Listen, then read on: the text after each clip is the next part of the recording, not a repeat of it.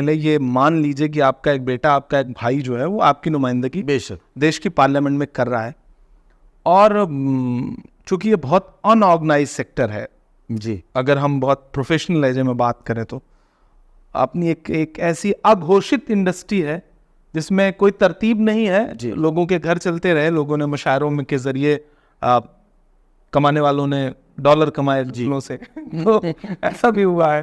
तो आपने ये सवाल छेड़ा है तो मैं आपसे भी गुजारिश करूंगा कि एक तरतीब बनाइए जी। और अभी हम सरकार में नहीं हैं, लेकिन मुझे लगता है कि इंशाल्लाह जल्दी हम लोग गवर्नमेंट में होंगे, तो इसको ऐसा चैनलाइज किया जा सके कि वो कवि, वो शायर जो आर्थिक तौर पे कमज़ोर हैं या जिनके यहाँ स्टेबिलिटी नहीं है कि अब मुशायरे होंगे तो उनका खर्च चलेगा, घर चलेगा, नहीं तो नहीं होंगे तो नहीं, कुछ ऐसी तरतीब बनाई जाए। और ये सवाल मैंने इसलिए आपसे किया, मैं नाम नहीं लूँगा क्योंकि ये तशहीर नहीं करना चाहता मैं। लखनऊ में एक बड़े शायर, बहुत दिनों से वो ज़ाहिर है कि बीमार है और किसी बीमारी की वजह से चलना फिरना भी उनका एक तरह से बंद था। तो हम कुछ शायरों ने मशवरा किया और हम लोगों ने एक फ़ंड अपने एक जगह जमा किया और उनको वहाँ किसी तरह से हम लोगों ने उन्हें वहाँ एक जगह इकट्ठा किया, हम लोग भी इकट्ठे हुए और हमने एक बहाने से हमने कहा इनको ये भी ना लगे कि कोई शायर के साथ ये भी बड़ा मसला है कि शायर का जो खुददारी, उसकी जो खुददारी है वो भी, उसको भी ठेस न पहुँचे। तो हम लोगों ने उनके सामने बात रखी, हमने कहा साहब आप अपनी चंद किताबें अगर हमें दे दें तो हम उन किताबों को ख़रीदना चाहते हैं और वो किताबें हम चाहते हैं कि एडमिनिस्ट्रेशन और जो लाइब्रेरीज हैं, बड़े लोग हैं, उन तक भी आपका कलाम पहुंचना चाहिए और उसके बदले में हम कुछ उस किताबों की कीमत की शक्ल में कुछ आपको पेश करना चाहते हैं। चंद किताबें उनसे हमने ली सिंबॉलिक तौर पर, वो चूंकि मकसद तो ये था कि इनको किसी तरह से हम इनका साथ देना है, इनके साथ खड़े होना है। तो हमने वो जो रकम एक जमा की थी वो रकम उन किताबों के बदले में उसकी कीमत के तौर पर, ताकि इनको ये भी ना लगे कि ऐसा हुआ।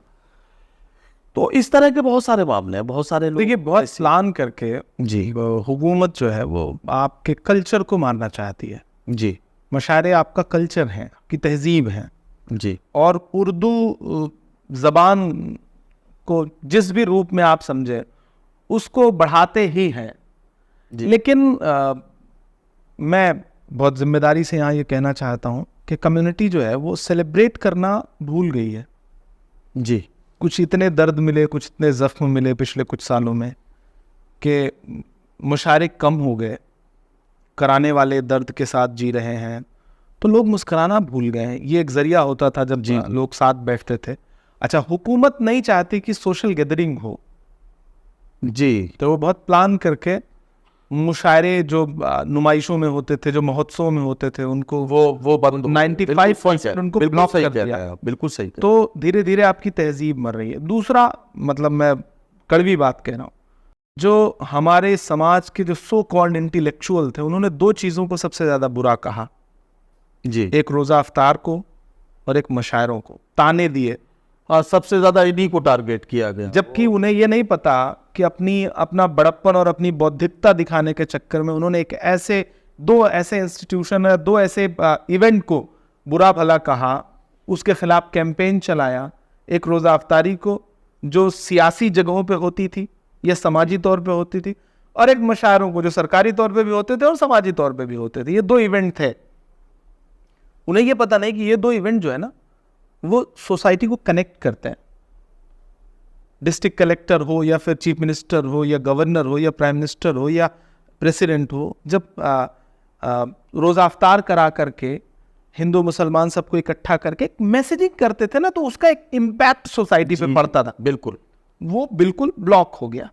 सेम सिचुएशन मुशायरों की है कि जब एडमिनिस्ट्रेशन जो है ना वो डिस्ट्रिक्ट कलेक्टर बुला करके मुशायरा करवा रहा है, जब किसी सूबे का चीफ मिनिस्टर बैठ के मुशायरा सुन रहा है, तो शायरों को लेकर के, जबान को लेकर के, तहजीब को लेकर के समाज में एक मैसेज जाता था। जी, ये हुकूमतें नहीं चाहती कि ये मैसेजिंग हो, तो वो तो बड़ा प्लान करके कट कर दिया उन्होंने। हमारे जो इंटेलेक्चुअल थे उन्होंने भी क्रिटिसाइज करके वो जो चाहते थे वो हो गया, और अब कह रहे हैं कि मुशायरे कम क्यों हो हाँ, गए, वो मुझे रोजा अफ्तारियां बंद क्यों हो गई। जी, मुझे भी याद आ मेरा रहा अपना मानना है नदीम भाई कि कितने परिवार चलते थे इन चीजों से। आप बिल्कुल किसी एक शायर से तकलीफ रही हो तो आपने पूरे इंस्टीट्यूशन को क्रिटिसाइज किया। तो फिर एक बार झांकिए माजी में कि कुछ तो भूल हुई है, और मुझे लगता है कि ऐसे इवेंट्स बढ़ने चाहिए, प्रोग्राम्स होने चाहिए, और सोशल गैदरिंग हो, हिंदू मुसलमान मिलजुल के। वो जो आपकी नज्म है कहाँ भूल हुई, हाँ, जरा सा उसका भी अगर एक मुखड़ा एक बंद गुनगुना दें, कहाँ चूक हुई, कहाँ चूक हुई। ये आज तारीख है हैरान, कहाँ चूक हुई, सोचिएगा कभी सुल्तान, कहाँ चूक हुई, कहाँ चूक हुई, सोचिएगा कभी सुल्तान, कहाँ चूक हुई। हल हुआ करते थे दुनिया के मसाइल जिनसे, हल हुआ करते थे दुनिया के मसाइल जिनसे, मसला अब है मुसलमान, कहाँ चूक हुई, कहाँ चूक हुई, मसला अब है मुसलमान, कहाँ चूक हुई। तुम पे दौलत भी है, तादाद भी ताकत भी है, तुम पे दौलत भी है, तादाद भी ताकत भी है, फिर भी हो बेसरो सामान, कहाँ चूक हुई, अरे वाह वाह वाह, चूक हुई, फिर भी हो बेसरो सामान, कहाँ चूक, बेसरो सामान, कहाँ चूक हुई। और आखिरी शेर जो मुझे बहुत पसंद है और मुझे लगता है कि बड़ा सच्चा सा शेर है कि जी, किस लिए रह गया तो इल्म हुनर में पीछे, किस लिए रह गया तो इल्म हुनर में पीछे, है तेरे पास तो कुरान, अरे वाह वाह वाह चूक हुई, है तेरे पास तो कुरान, कहाँ चूक हुई। बस यही एक खराबी है मेरे अंदर भी, सोचता रहता हूँ इमरान, कहाँ चूक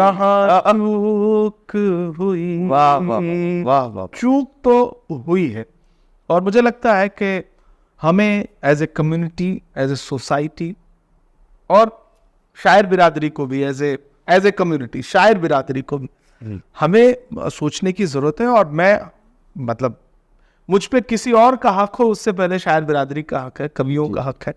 तो मैं सबसे ये कहूँगा कि आज आपसे डिस्कशन भी हुआ तो एक ऐसी तरतीब बनाते हैं, और कल को सरकार आ जाए तो मैं इसे और चैनलाइज करने की कोशिश करूँगा जी जी, कि तमाम ऐसे लोग जो बहुत अच्छा कह रहे हैं, उनकी किताबें नहीं छप पा रही हैं, उन्हें कोई प्लेटफॉर्म नहीं मिल रहा है, बहुत सारे लोग ऐसे भी हैं कि जो किसी बड़ी बीमारी से जूझ रहे हैं, उनके लिए उनके इलाज का कोई इंतजाम नहीं है, ऐसा कुछ एक प्लेटफॉर्म जनरेट करते हैं, कुछ तरतीब बनाते हैं। और आपको भी कहीं इस तरह का कोई भी मतलब मुझ तक मेरी मसरूफियात ऐसी हैं कि मैं उतना वक्त नहीं दे पा रहा हूँ जी, बट एज ए ब्रदर आप कहीं भी इस तरह का कुछ भी देखें तो प्लीज़ मुझे बताएं। मैं इंशाल्लाह पूरी कोशिश करूँगा कि अपने बुज़ुर्गों की जिस तरह से भी खिदमत कर सकूँ, और मैं उनका हूँ, वो मुझे अपना कितना मानते हैं ये बात की बात है, मैं उन्हें अपना मानता हूँ, ये सबसे अहम बात है। बहुत अच्छी बात है, इंशाल्लाह खड़ा मिलूँ। इमरान भाई, बहुत सारे नौजवान आपको एक रोल मॉडल की तरह इन दिनों देख रहे हैं, तो ज़रा सा नौजवानों के लिए एक मैसेज। मैं अपनी नई नस्लों से सबसे अहम बात एक कहना चाहता हूँ